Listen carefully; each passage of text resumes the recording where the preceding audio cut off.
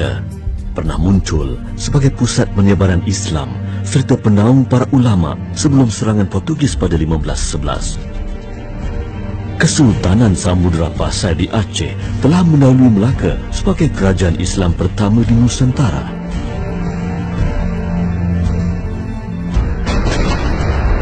Bertapaknya Portugis di Melaka berjaya menamatkan sebuah kesultanan Islam.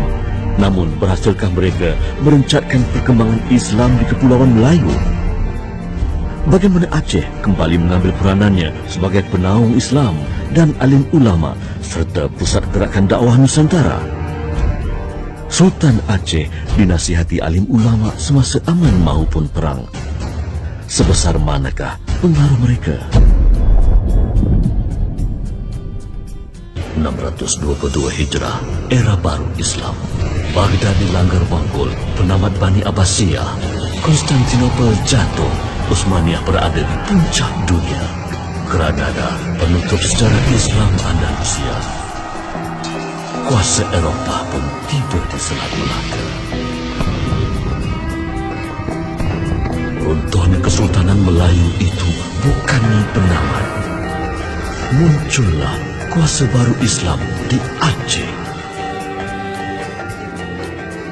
Patani di utara tanah Melayu dan Demak pengganti Majapahit di Jawa. Rempah di Maluku menarik kapal-kapal Eropah. Nusantara meniti zaman berliku. Namun Islam terus berkembang melalui pena dan lisan ulama Nusantara.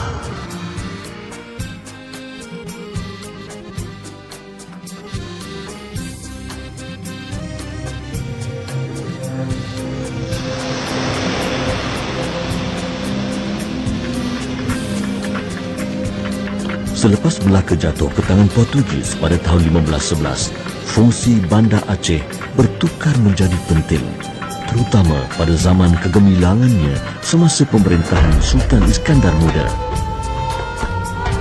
Pedagang-pedagang Muslim menghindari pelabuhan Melaka yang diduduki Portugis, mengalih haluan ke Aceh. Begitu juga para ilmuwan Islam, sehingga kota ini muncul sebagai pusat ketamadunan baru di Nusantara. Untuk mengenal budaya masyarakat Aceh, berkunjunglah ke pasarnya, cubalah rasa masakannya.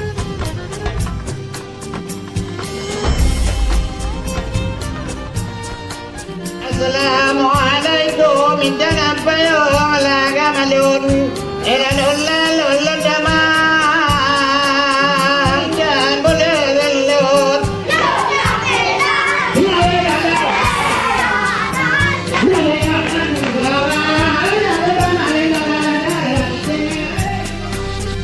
Semasa pengembara Venice, Marco Polo singgah di utara Sumatera ini sekitar tahun 1291, rajanya sudah pun beriman. Pasai itu menjadi pusat kebudayaan Melayu Islam pertama di Nusantara. Ditandai misalnya dengan munculnya ulama-ulama yang produktif menulis. Samudra Pasai menjadi sebahagian daripada Kesultanan Aceh mulai tahun 1524 setelah Portugis berjaya diusir dari daerah pesisir itu. Selepas kejatuhan Kota Melaka ke tangan Portugis, Aceh menggantikan kedudukannya sebagai pusat perdagangan dan tamadun ilmu di Nusantara. Dan pada ketika itu, Aceh bukan saja didatangi oleh para santri dari Aceh ini sendiri, malah dari seluruh Nusantara, sehingga tiba pada satu tahap di mana Aceh sudah mampu melahirkan para ulama-nya sendiri setanding dengan para ulama dari Timur Tengah. Pada ketika itu, Aceh sudah menjadi pusat Menara Gading.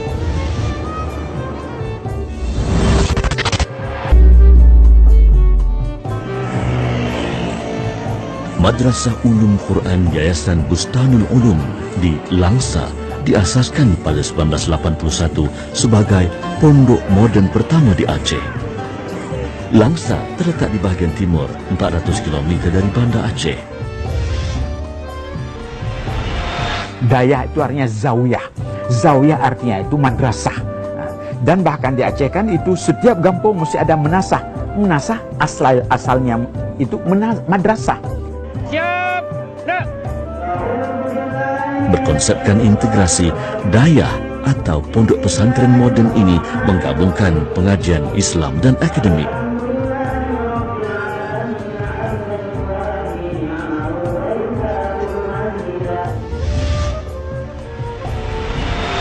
Pembelajaran antara kurikulum dayah dan kurikulum Kementerian Agama dan kurikulum Kementerian Pendidikan Nasional dipadukan. Ada jam dayah yang diajarkan di pagi hari, ada jam sekolah yang diajarkan sore hari. Sama juga karena Sarah itu punya tasrif, ya, dia kan ada tasrif ya. Coba taruh Sarah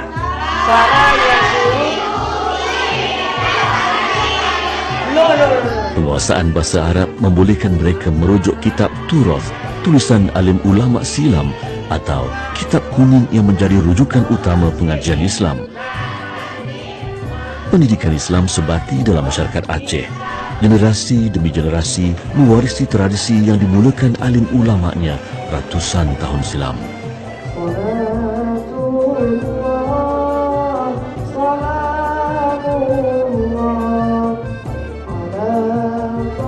Namun, kenapakah Aceh digelar Serambi Makkah oleh ulamanya Syekh Nuruddin Ar-Raniri? Salah satu sebabnya adalah karena Aceh ini tempat singgah orang-orang Nusantara dari berbagai pelosok Nusantara menuju Mekah. Jadi sebelum ke Mekah singgah dulu di Serambinya. Sultannya memimpin Aceh ke puncak kegemilangan mencabar Portugis di Selat Melaka. Tapi pertikaian akidah menggoncang istana pula.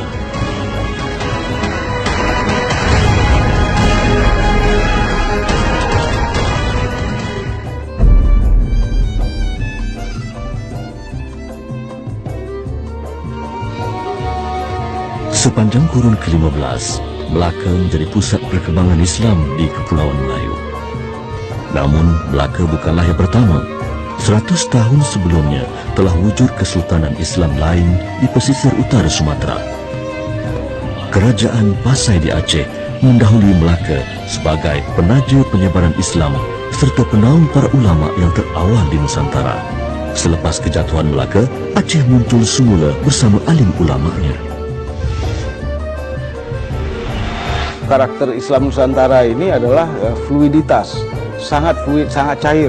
Jadi ketika Melaka jatuh, maka kemudian muncullah Aceh sebagai pusat intelektualisme, pusat pengembangan Islam. Terjadi pemahaman, ya, mutual understanding di antara umat Islam yang dari sudut etnisnya, sukunya berbeda-beda di Nusantara ini. Jadi oleh karena itulah seorang murid bisa menuntut ilmu ke Aceh, ke Palembang atau ke Banjarmasin ataupun ke Johor. Selepas kejatuhan kota Melaka ke tangan Portugis, Kesultanan Aceh muncul sebagai pusat pendidikan Islam Nusantara. Alim ulamanya berjaya melahirkan kader-kader ulama lulusan Aceh dalam pelbagai bidang ilmu. Sebagiannya merantau ke tanah Arab untuk melanjutkan pengajian maupun berdakwah ke serata Kepulauan Melayu.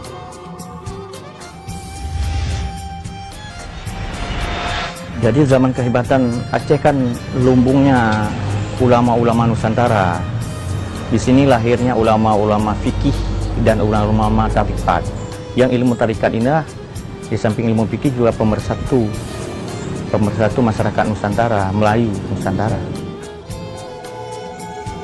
Bukan sahaja dirujuk dalam masalah ibadat dan muamalat, mereka juga penasihat negara, khususnya semasa zaman Sultan Iskandar Muda. Iskandar Muda itu sangat tergantung pada keputusan ulama, pada pendapat ulama. Dan kita lihat juga dalam sejarah Aceh bahwa pemikiran Islam, terutama masalah tasawuf, itu sangat berkembang ketika Iskandar Muda berkuasa. Sekurun selepas kejatuhan Melaka, semasa era Sultan Iskandar Muda, Kesultanan Aceh sudah mampu mencabar Portugis di Melaka. Sultan yang dibimbing oleh seorang ulama besar Aceh, Syekh Samsuddin As-Sumatrai, dimakamkan di Banda Aceh. Iskandar Muda didampingi oleh guru-guru agama, oleh ulama, termasuk dalam ekspedisinya membebaskan Malaka dari cengkeraman Portugis tahun 1629. Selepas era Sultan Iskandar Muda, Kesultanan Aceh dinasihati oleh seorang ulama besar, Syekh Nuruddin Ar-Raniri. Beliau mempertikai dan menghukum sebagai sesat ajaran dua orang ulama Aceh sebelumnya, Syekh Samsuddin Al-Sumatrai dan Syekh Hamzah Al-Fansuri. Sejarah menukilkan bahawa Hamzah Al-Fansuri turut mendukung satu fahaman tasawuf yang disebut sebagai Wahdatul Wujud. Diambil daripada seorang tokoh di zaman kerajaan Abbasiyah, Ibnu Arabi. Begitu kontroversinya fahaman ini, sehingga kan pemerintah Abbasiyah pun telah menghukum bunuh Ibnu Arabi. Fahaman ini sangat penting dalam sejarah Aceh. Kerana disebabkan fahaman inilah, maka berpecahan umat Islam setelah wafatnya Hamzah Al-Fansuri. Aceh umpama dilanda gerhana apabila kekeliruan menggelapkan pemikiran umat Islam ketika itu. Setelah masyarakatnya mengamalkan ajaran alim ulama terdahulu, seorang ulama berusaha mengubahnya. Di zaman pemerintahan Sultan seterusnya, lahir seorang ulama muda berketurunan Arab, Nuruddin Ar-Raniri. Beliau yang memegang jawatan mufti di zaman pemerintahan Sultan Iskandar Sani berpendapat bahawa fahaman Wahdatul Wujud adalah sesat dan menyesatkan. Lalu, Nuruddin Ar-Raniri mengambil satu keputusan drastik.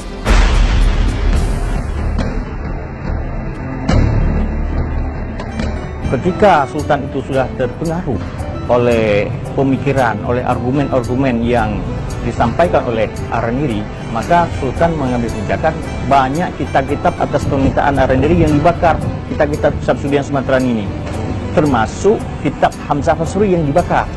Bahkan pada saat itu juga masjid yang ada yang terbakar.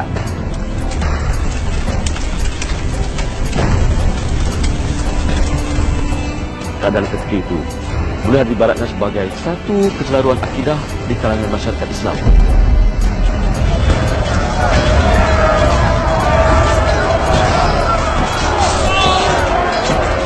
Bagi memperjelaskan segala kekeliruan sekaligus mendamaikan suasana, seorang ulama besar Aceh terkenal dengan gelaran Shah Kuala ditugaskan oleh Ratu Aceh bagi mengambil jalan tengah yang lebih sederhana.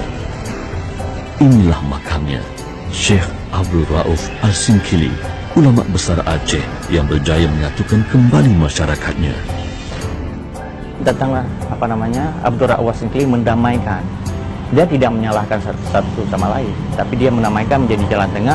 Akhirnya polemik itu mereda dan sistem pemerintahan berjalan sebagaimana adanya dan berjalan lancar selama beliau ini menjadi mufti keempat kepemimpinan Ratu.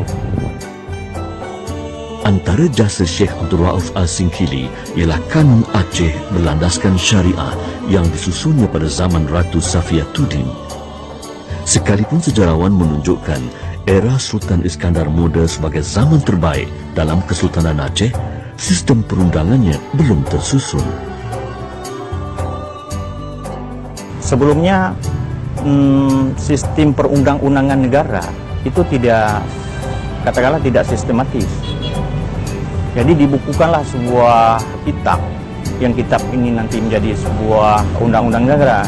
Jadi sejak lahir kitab itu, jadi sistem kepimpinan atau Kesultanan Aceh atau Islam Melayu sudah terarah, sudah sistematis, sudah bagus.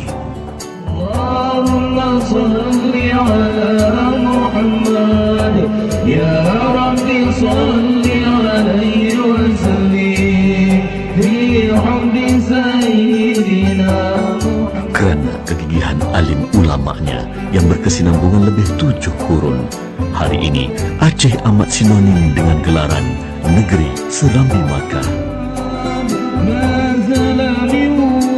Orang Aceh pasti Muslim, dan tidak ada orang Muslim yang bukan orang Aceh. Mengapa? Karena di Aceh tempo dulu tidak ada batas wilayah, tidak ada batas kewarganegaraan, yang ada batas agama.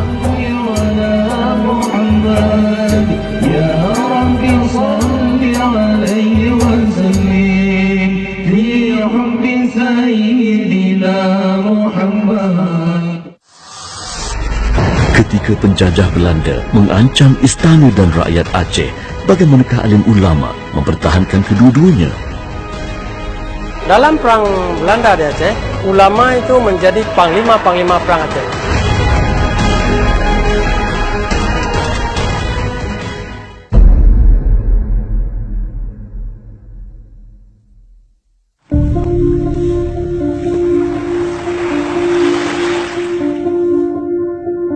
Pada kurun ke-17, Aceh berada di puncak kegemilangannya.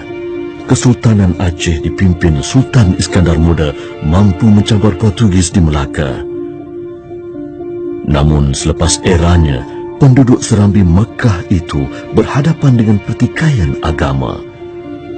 Sehinggalah Syekh Abdul Rauf Al-Singkili mengambil jalan tengah yang lebih sederhana. Ulama besar Aceh ini meredakan pertikaian sebelumnya. Alim ulama sentiasa rapat dengan istana menawarkan penyelesaian yang bijaksana. Ketika penjajah Belanda mengancam istana dan rakyat Aceh, bagaimanakah alim ulama mempertahankan kedua-duanya?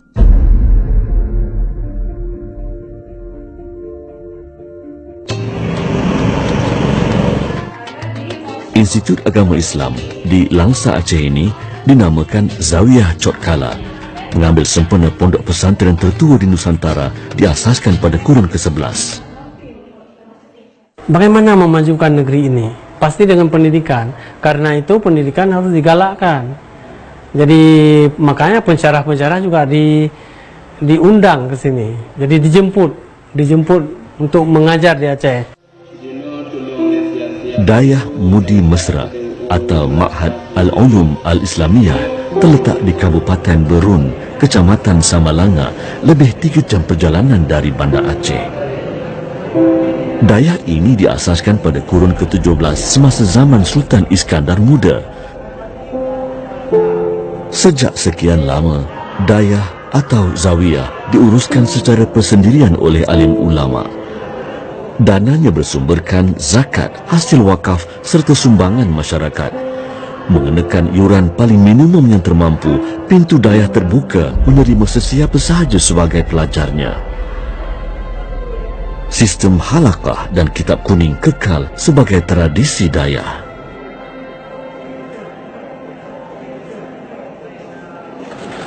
Jika di Pulau Jawa disebut sebagai pesantren, di Tanah Melayu sekolah pondok, tetapi di Aceh ini disebut sebagai Dayah. Dari segi bahasanya, Dayah ini dikutip daripada bahasa Arab Zawiyah yang bermaksud satu sudut di dalam masjid yang menjadi tempat pengajian agama. Jadi apabila Aceh ini menjadi wilayah pertama di rantau Nusantara ini yang menerima Islam, banyaklah wujud Dayah-Dayah semua ini, tempat orang datang belajar dan mengajar agama. Dan ini sebenarnya sangat penting dalam sejarah Aceh, kerana kemudiannya Dayah-Dayah seperti inilah yang melahirkan ulama-ulama yang kemudiannya berperanan sangat penting mempertahankan kedaulatan Islam di wilayah Aceh ini daripada penjajahan Belanda.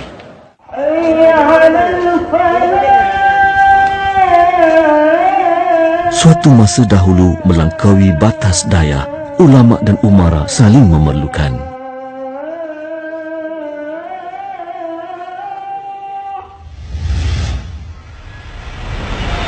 Yang melaksanakan tugas hari-hari adalah umara. Sedangkan hukum dan tatanan ada di tangan ulama. Maka kerjasama ulama dan umara sangat penting. Karena tanpa ulama, mungkin para umara ini akan melenceng daripada jalur yang dibenarkan oleh agama kepada jalur yang salah. Maka para ulama lah yang mengatur sistem kerajaan di Aceh di masa lalu.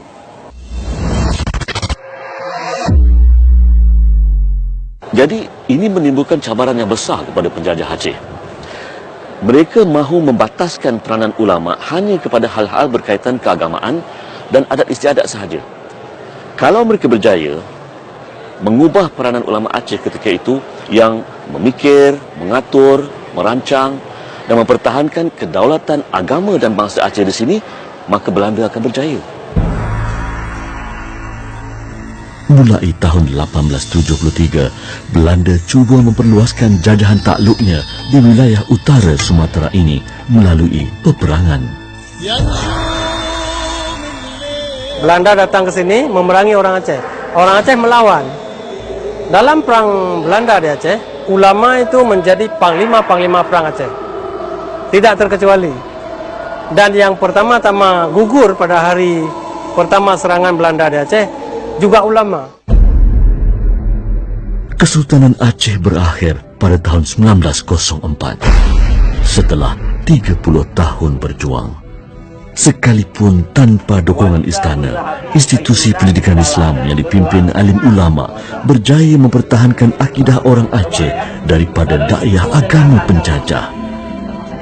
Di Dayah maupun Menasah, di sanalah ulama kekal berperanan. Di sana bukan hanya tempat beribadat, tapi tempat belajar agama bagi masyarakat yang dipimpin oleh imam, tengku imam dan sebagainya. Nah, itulah mereka akan menjadi nanti ulama-ulama tingkat kampung.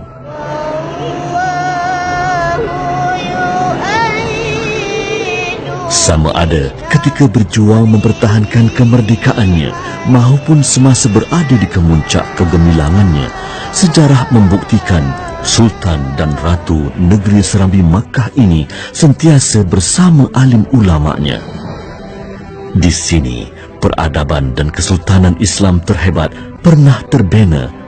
Berabad lamanya, ulama dan umara bahu-membahu menjadikan Aceh sebagai pusat agama dan budaya negeri Serambi Makkah.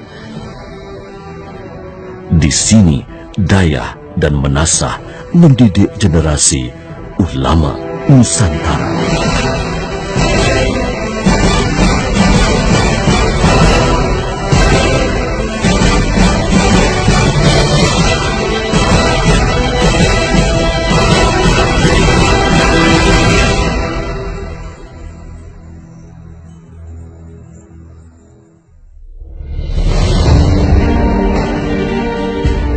Satu ketika dulu, pedagang Mesir datang ke sini untuk mengambil satu bahan yang sangat penting, iaitu kapur barus.